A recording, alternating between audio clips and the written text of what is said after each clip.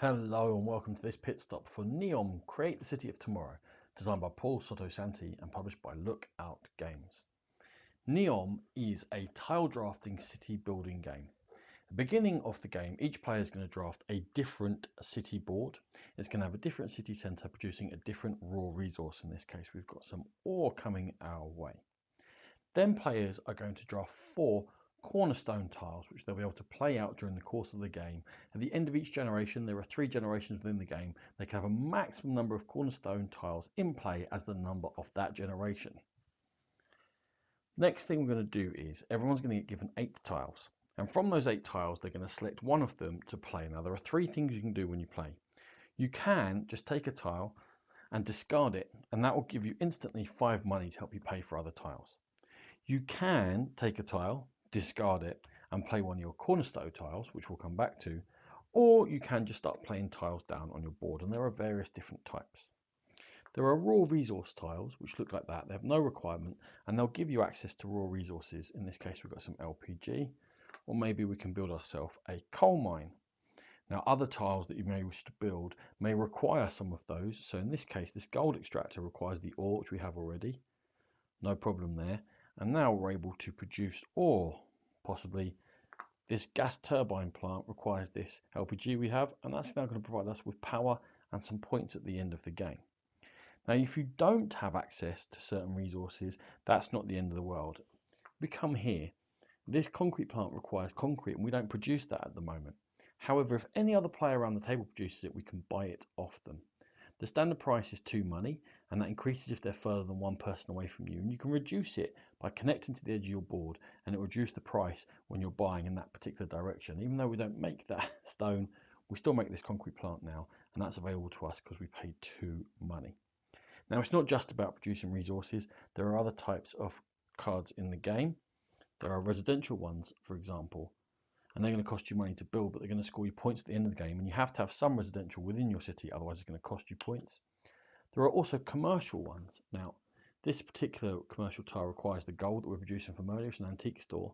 You're going to get money as soon as you place it down. In this case, I'm going to get 4 money, and it's going to give you income at the start of each of your turns. The last type of tile we'll see here is in each of the generations, there is a disaster tile. It starts with the flood, goes through fire, and goes to crime spree. If you play it, then it affects all the other players around the table, and it's going to cost them money, or they're going to have to discard tiles. Depending upon which generation it is, they become harsher.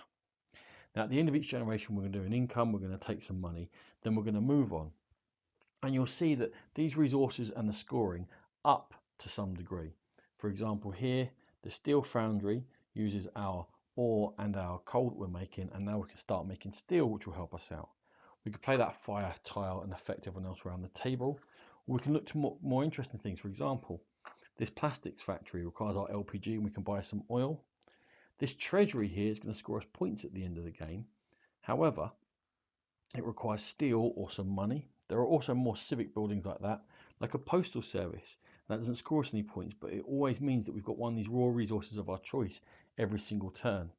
Now that we have concrete, we can build prefab housing, and that's going to score us points at the end. Or for that gold, we can get a loan office, and that's going to give us some income, or a hotel, which gives us a massive boost in money. As you go on to the 3rd generation, then the cards become available, which are going to give you more points, for example, from these brick houses for having concrete. You're going to be able to make money out of other things you have. This stock exchange you can only build if you've already built 3 commercial buildings. There's an electronics factory here. Now, these 3rd generation things will give you access to luxury goods. In this case, we're starting to make electronics, and that in itself is going to score you 10 points at the end of the game. But you'll also get specific tiles related to those luxury goods, and this computer store, if we make electronics, will get us 24 money at the end of the round, and money will turn into points at the end.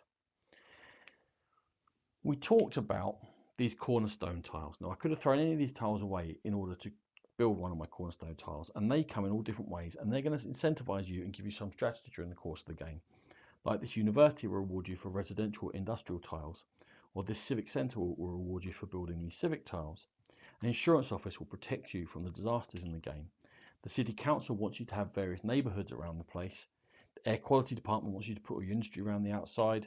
Public safety department will protect you from those disasters, or you're going to get electrical substation where you can score points for having lots of power in your city, or even a modular factory. It means you can always have one of these processed goods available to you.